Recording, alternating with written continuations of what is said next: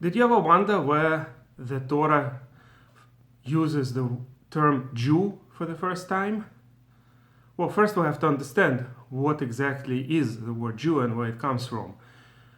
It's known that the letter J in the English language is pronounced as Y in many languages. The same letter in German, for instance, in Polish is pronounced as Y. So the sounds of Yud, the Hebrew letter Yud, are usually translated into languages like English as J. That's why Yosef becomes Joseph, Yehuda becomes Judah. By the way, in Spanish, for instance, the same letter is pronounced as H. So Jose is actually Yosef or Joseph. But the letter that was originally used to transcribe these terms sounded like Y. So Jew is equivalent of Yehudi, somebody who comes from Judah. Technically speaking, not all Jews are actually Judeans. Not all Jews come from the tribe of Judah. Judah was just one of 12 sons of Yaakov. But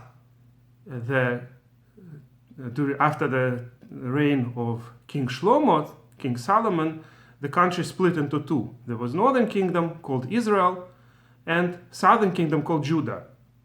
And later on, the kingdom of Israel fell to the Assyrians, and they brought most of the people into exile. But Judah continued to exist for another over 100 years. And ultimately most Jews, not all, but most Jews come from Judah. That's why, for instance, in the book of Esther, which was already after this time period, this book was after the exile already, and the Jews generally are called Yehudim. But the first time we find the term Yehudim, very interestingly, is in the book of Melachim, in the book of Kings. And it says that the Aramean kingdom conquered Eilat. It's not clear if it's the same Eilat as today, the one that's on the Red Sea, but whatever was Eilat then, they conquered Eilat and drove out Yehudim from it. So this is the first time the Judeans specifically are mentioned. Before that, generally the Torah uses the term Bnei Israel, children of Israel, for the Jewish people. But here Yehudim specifically are mentioned. Rav Yaakov Kamenetsky explains that the reason is because by that time already, this happened closer to the end of the book of Melachim. And by that time already, it was only Yehuda was the only kingdom left. Israel was destroyed. And that's why it says Yehudim specifically. So the Jews who lived there, maybe they were from the tribe of Yehuda. Generally, of course, it's a southern city, so since that's where the kingdom of Yehuda was, maybe they were from Yehuda specifically. So this is the first time we find the word Yehudim. A little bit later, we find when the Assyrian kings wanted to conquer Yerushalayim, Jerusalem as well, there is this episode where the representative of the king of Assyria, who speaks from outside of the wall and tries to persuade the people to give in, not to fight the Assyrians and not to close the doors, but to voluntarily accept the exile.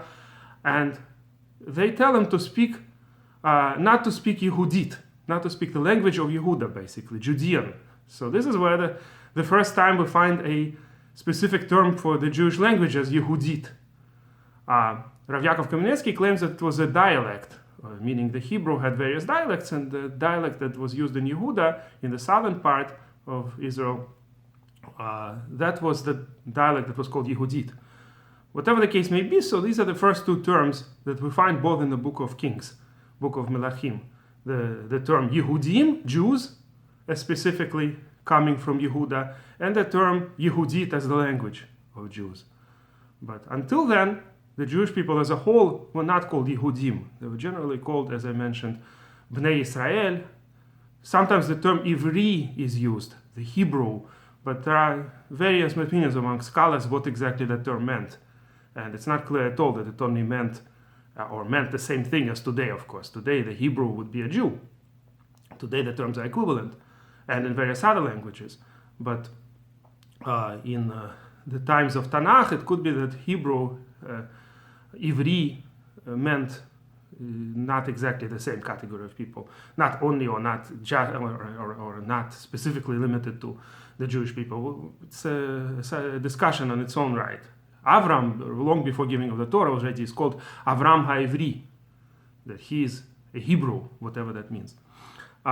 So some scholars try to relate it to a certain term in Egyptian language, in ancient Egyptian. We're not going to go into this right now, but the general term for the Jews everywhere is, of course, Bnei Israel, children of Israel, which includes all 12 tribes. And it's only after the destruction of the northern kingdom that the Jews begin to be called Yehudim. And that's how we're called all over the book of Esther and in other books of Tanakh, in other biblical books that are the latest books of the Bible. And on this I'm going to end, and if you like this video, please press like.